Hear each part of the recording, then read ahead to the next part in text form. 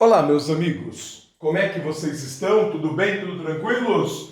Pessoal, nós viemos para mais uma aula do GeoMasa, especificamente a de Geografia Geral Regional. Isto mesmo, nós que já estamos na 33ª aula, demos um primeiro bloco de aulas, uma playlist com 60, onde nós trabalhamos toda a base da Geografia Geral, e há 33 aulas começamos a trabalhar a Geografia Geral Regional, primeiro regionalizando o continente asiático, que é este mapa que está atrás de mim, e logo na sequência começando a trabalhar o Oriente Médio. Nós no Oriente Médio fizemos todo o quadro natural, todo o quadro humano, e estamos trabalhando o quadro histórico mais recente como parte do quadro humano, já que o Oriente Médio ele é calcado, ele é moldado por várias guerras e nós estamos analisando os antecedentes destas guerras. Nas aulas anteriores, falamos inclusive sobre as 3 crises internacionais do petróleo. Hoje, para fecharmos então todo esse panorama que antecede e que dá suporte para entendermos as razões das guerras, nós então vamos começar a observar o mapa e notar que o Oriente Médio ele tem 16 países e, como nós sabemos, em pelo menos 12 deles nós temos um grupo, uma etnia em comum, que este grupo são os árabes. Por que eles têm que estar espalhados em 12 países? Por que isto acontece? Por que não há uma unidade, um único país árabe? Ora, gente, isso seria extremamente temeroso. E este processo chamado de balcanização, ele começa a ser empregado pelas grandes potências europeias em diversas partes do mundo. Mais cedo ou mais tarde, previa as potências europeias que esses países se tornariam independentes. Imagine no Oriente Médio existir um único país controlando 2/3 do petróleo do mundo, da principal fonte de energia do mundo. Se eventualmente as potências ocidentais não satisfizessem constantemente esse único produtor de petróleo, claro que a riqueza do mundo não estaria tão concentrada na mão dos países ricos. A distribuição seria muito melhor do que atualmente. Então, propositalmente, intencionalmente, isso tem que ficar muito esclarecido, muito marcante. Isto é muito verdadeiro. Foi pensado para que no futuro, quando ocorresse o processo de emancipação política, que esses países permanecessem dependendo economicamente das potências europeias. Isso foi aplicado no continente africano, naquilo que nós chamamos de Congresso de Berlim, em que as grandes potências europeias, de frente a um grande mapa da África, começam a dividir aos seus interesses e ao seu bel prazer, jamais consultando as etnias africanas, as nações africanas, se elas queriam conviver com nações historicamente inimigas, com etnias historicamente inimigas. E isso nós vimos eclodir em vários locais do continente africano, como recentemente no início dos anos 90, o brutal conflito entre as etnias inimigas no pequeno país chamado Ruanda, entre Hutus e Tutsis. Com 1 milhão de mortos numa área tão pequena, isso incomodou os direitos humanos. Os médicos sem fronteiras que ali trabalhavam com a população carente, e isto se tornou um confronto gerado, conhecido no mundo todo. Porém, pessoal, isto é mais constante do que nós imaginamos no continente africano. E por que foi feito isso? Colocado nações inimigas dentro de um mesmo território. para criar instabilidade política. Ao criar instabilidade política, a etnia que estivesse governando iria querer massacrar a etnia rival. Para isso, era necessário comprar armas. A Europa forneceria estas armas. Mas se a etnia politicamente controladora do país não tivesse dinheiro, emprestava o dinheiro da Europa, além de armas e empréstimos, e acabavam por dever dois favores aos europeus: o empréstimo e as armas. Ora, como pagar os empréstimos e as armas? Com as matérias-primas que a Europa tanto desejava e tanto precisava. É este processo que perpetua a pobreza dentro do continente africano. Mas isso não foi diferente no Oriente Médio. Como eu disse, poderia haver no Oriente Médio, etnicamente, 4 nações no máximo. No entanto, existem 16. No caso dessa região, a intervenção foi sobretudo dos franceses e dos ingleses. Eles que pouco antes da Primeira Guerra Mundial, até o início da Segunda Guerra Mundial, como potências hegemônicas, começam a dividir os países do Oriente Médio. A intenção desse processo de balcanização, e por que esse nome balcanização? Nós sabemos que no sudeste da Europa existem os Balcãs. É uma região pequena com várias religiões, várias etnias, várias culturas e sempre instável, como nós vimos logo após a extinção da Iugoslávia, ela que tem problemas até hoje, graças às nacionalidades, às culturas, às etnias, às línguas e às religiões.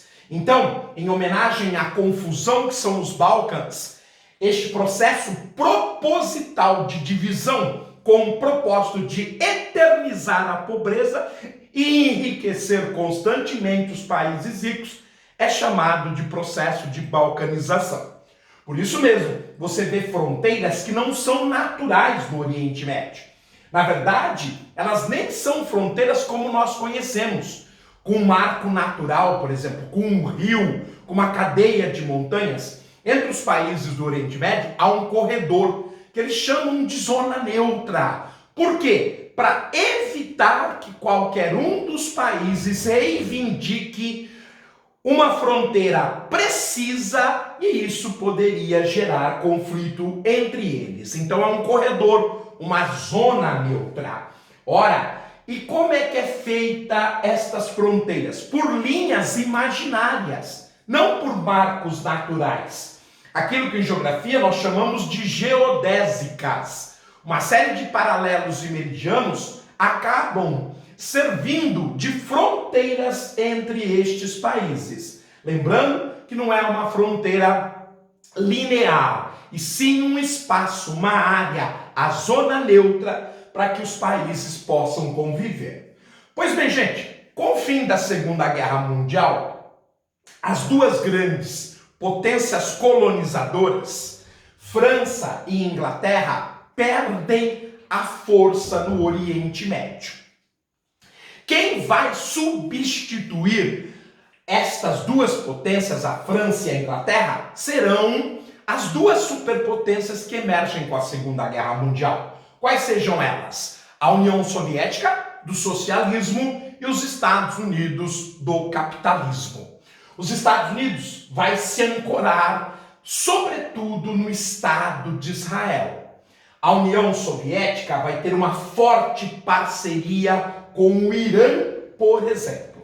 Mas os Estados Unidos acabam costurando parceiros como a Turquia e como a Arábia Saudita. Mesmo eles sendo inimigos de Israel, não tanto quanto os vizinhos que perderam territórios para o Estado judeu, mas é óbvio que são inimigos históricos do povo judeu, porém se beneficiam da parceria com os Estados Unidos e acabam por se posicionar apenas diplomaticamente e nunca militarmente.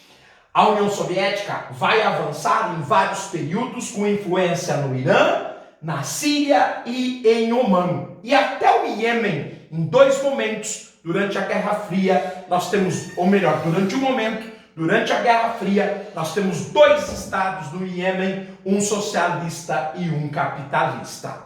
Durante a Guerra Fria, essa região se torna muito instável e, por exemplo, na Segunda Guerra Árabe-Israelense, a situação vai ficar muito complicada quando o Egito vai contar com apoio soviético para derrotar a França, a Inglaterra e Israel. Os Estados Unidos se posicionam e nós quase chegamos a uma guerra nuclear.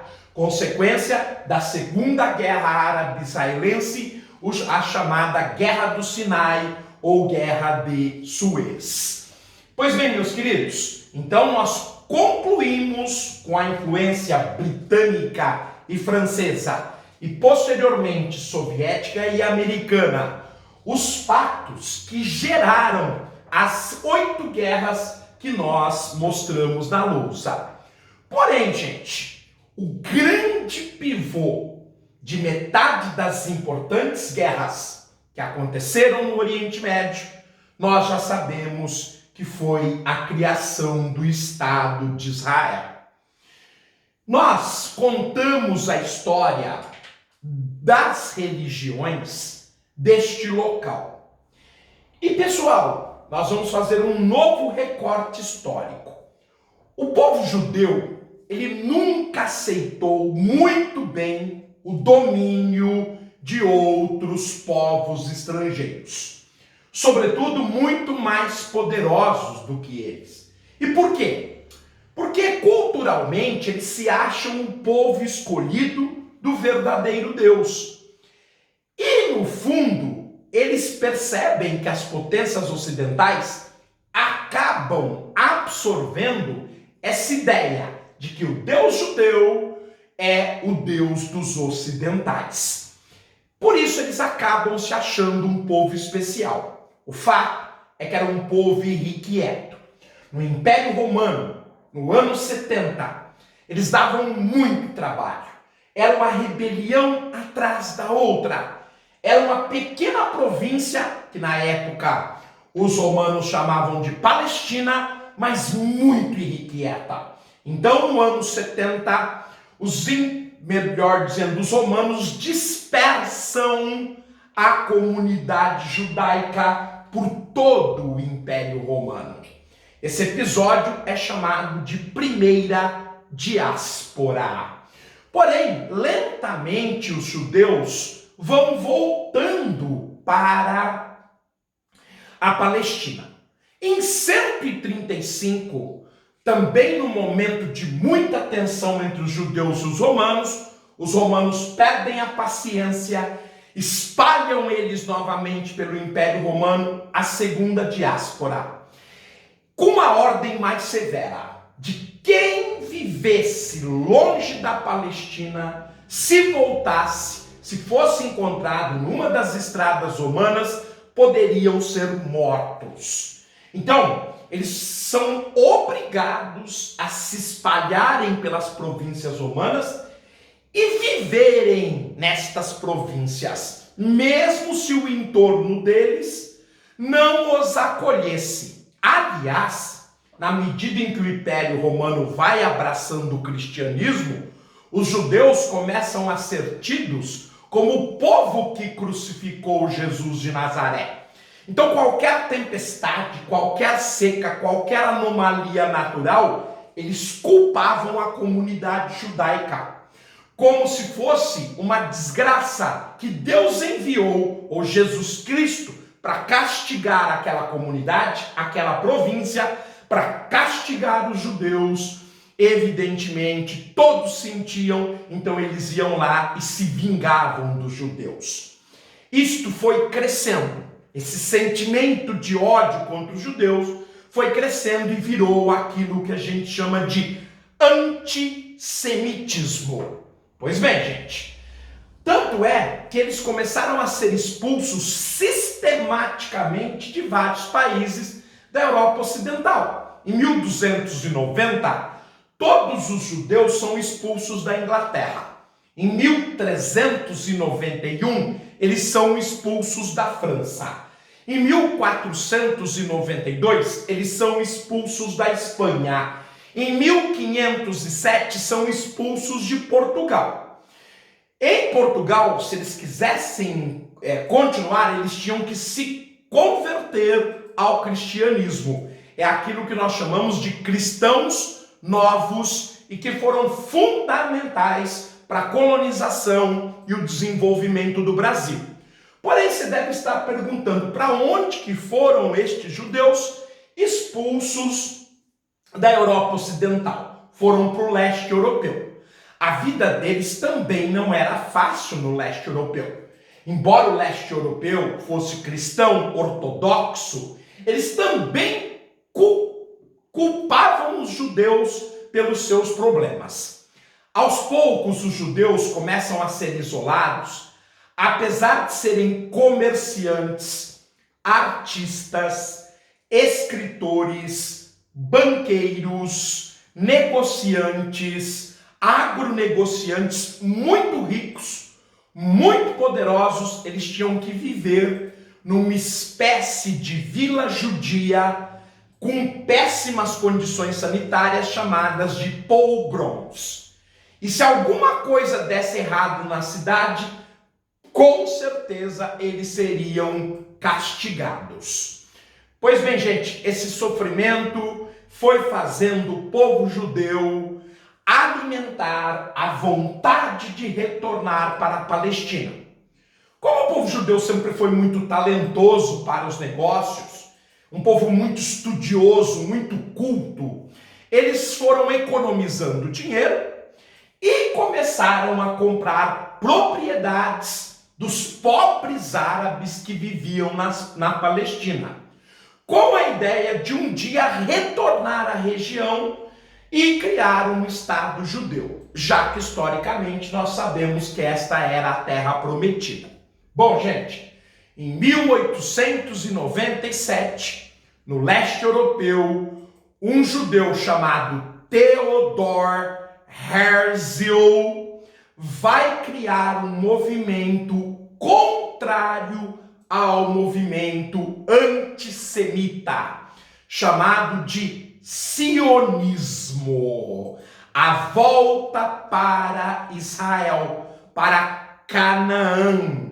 O sionismo começa a se organizar no mundo todo, entre as eminências de todos os países, para que se fizesse uma campanha internacional para que os judeus tivessem um Estado.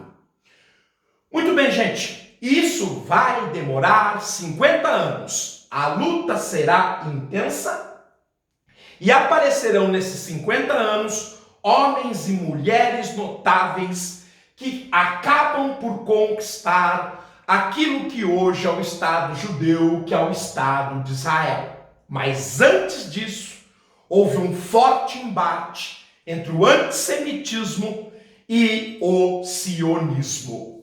E este embate, ele ganha o seu auge quando sobe à Alemanha o chanceler Adolf Hitler, que entre tantos povos que ele discriminava, ele atribuía muitos dos problemas do mundo, inclusive do empobrecimento da Alemanha após a Primeira Guerra Mundial, a grande crise hiperinflacionária de outubro de 1923, ele atribui aos judeus.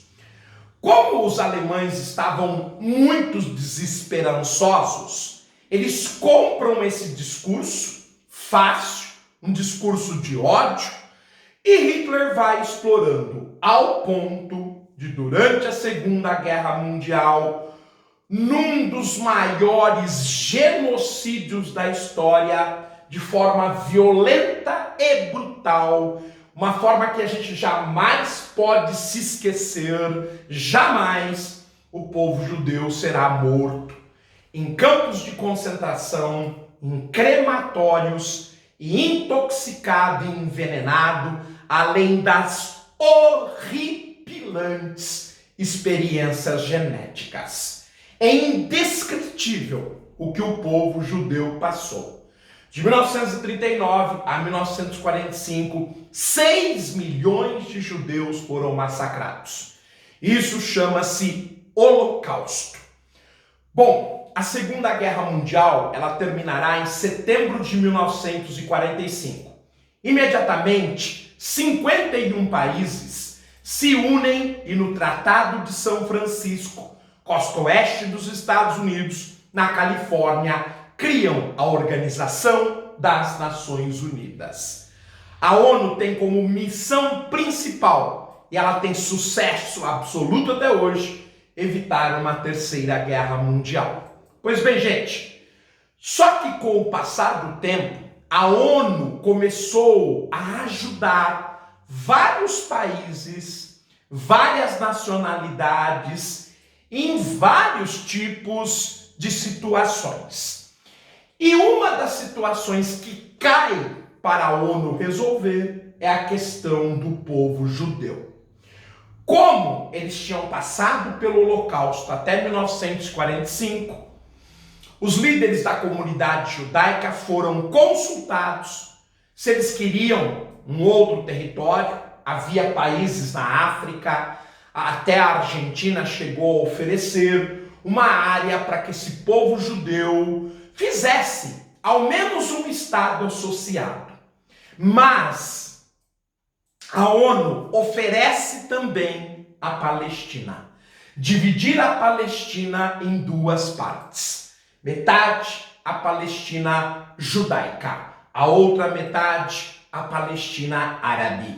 Adivinha o que a comunidade judaica aceitou sem pestanejar a partilha da Palestina, a divisão da Palestina. E isso, gente, aconteceu no dia 29 de novembro de 1947. Quem assinou o documento foi um brasileiro, um advogado brasileiro, um advogado gaúcho, Oswaldo Aranha. Ele assinou o tratado que dividia a Palestina em dois estados. A minha pergunta é, e os palestinos aceitaram? De forma nenhuma. 12 horas após a declaração da partilha da Palestina, os palestinos reagiram e aí começa a primeira guerra árabe-israelense. Mas isto nós vamos contar a partir da próxima aula. Por hoje eu fico por aqui, desejando a vocês todo o sucesso do mundo, felicidades, um abraço.